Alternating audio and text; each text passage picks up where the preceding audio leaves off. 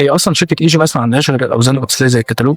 اي مشكله بتقابلني بقدر ارجع للتكنيكال اوفيس بيحلها لي على طول، وبنساعد بعض ان احنا نسلم المشروع. بقالك قد ايه بتشتغل في المجال؟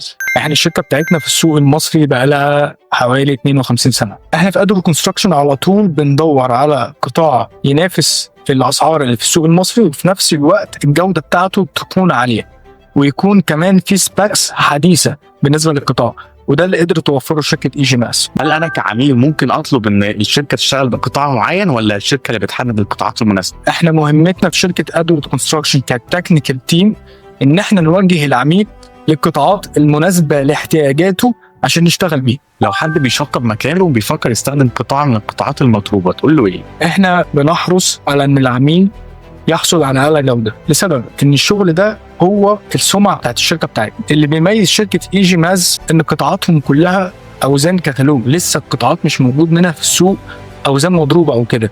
ودي كانت مشكله على طول بتقابلنا، يجي عميل يقول لنا انا عايز الاوزان الاصليه زي الكتالوج.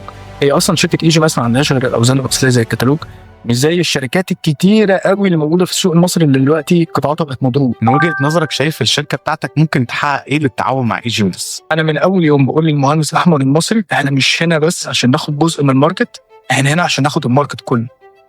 وده الكواليتي اللي احنا بنحاول نقدمها للعميل. اختيار العميل هنكون رقم واحد في مصر.